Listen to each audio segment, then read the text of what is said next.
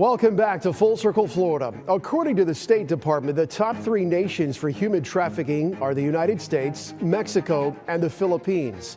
Florida is the 3rd most populated state in this country, and no surprise, it's the 3rd worst state for human trafficking. This month, the dark world of trafficking made headlines in Tampa Bay. Rays shortstop Wander Franco charged with the crime. So I recently spoke with Nic McKinley. He's an ex-CIA agent who founded an organization called deliverfund.org, dedicated to ending the trafficking of humans. What is the reality when it comes to human trafficking, where it's occurring, how often, and who it's happening to?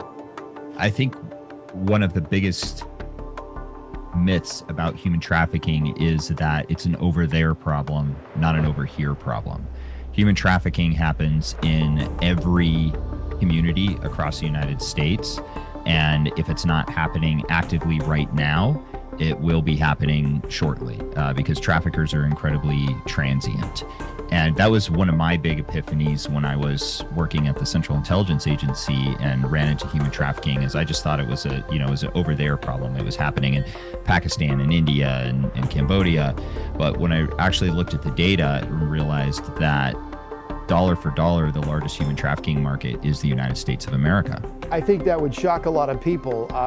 And yet you would think that this topic would be more in the lexicon of the media, that more political leaders and candidates this year would be talking about it in an election year.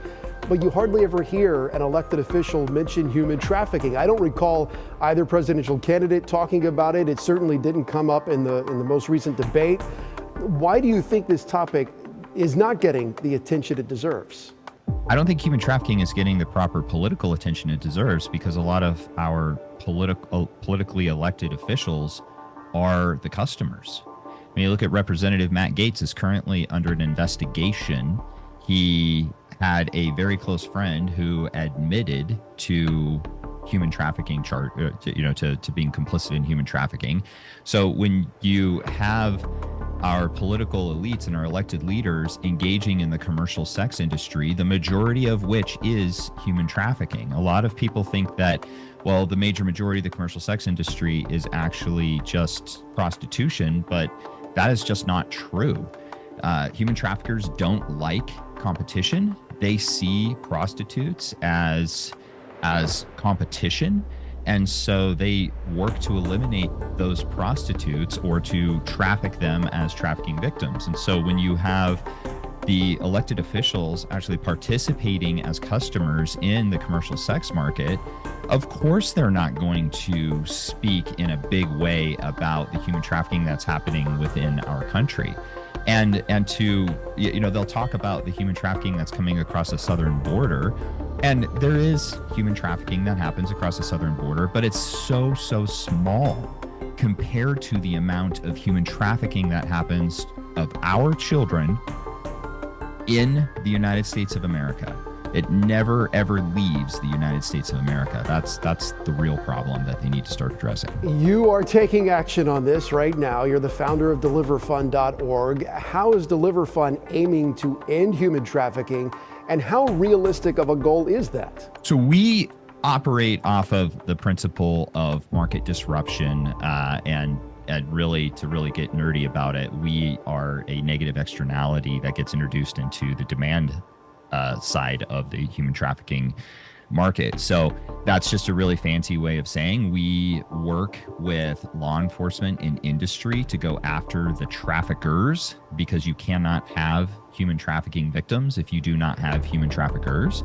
So we work with law enforcement and industry to target those traffickers and bring them to justice so that we don't have more human trafficking.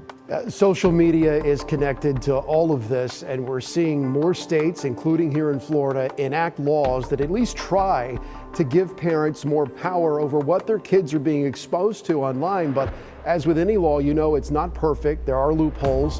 So how much of this can be legislated?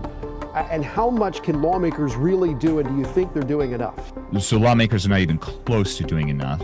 We have nothing but blue ocean in front of us as far as legislation and policy is concerned. But I do want to applaud Florida and Texas for the laws that they've recently enacted to protect children from not just traffickers, but from sextortion, from all of the different ways that children are exploited online. Almost all of the human trafficking cases that we work with law enforcement, and we currently are partnered with over 600 law enforcement agencies across the United States. Almost all of those cases originate online. So when you look at the data on the explosion of human trafficking, you look at what has happened in the human trafficking market, you find that social media actually plays the primary role.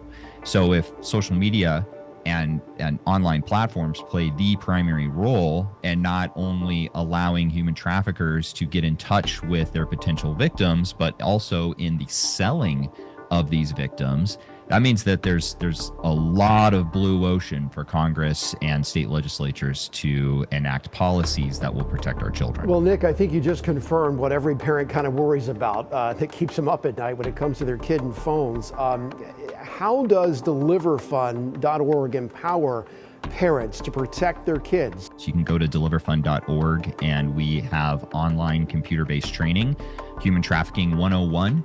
And it's a course that you can go through and get a certificate of completion around, where we'll teach you what human trafficking actually is. We also have an app on the App Store, so you can just search for HT Safeguard or just search for Deliver Fund.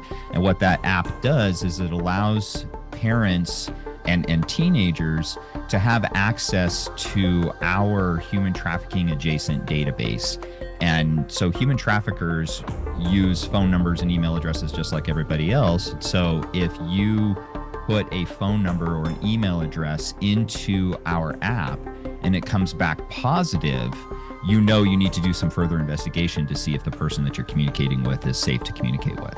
Deliverfund.org. He is Nic McKinley, one of the good guys in the battle against human trafficking. Nick, many thanks. Appreciate it. Thanks for having me. Next on Full Circle Florida, our final thoughts on the week that was and the week ahead.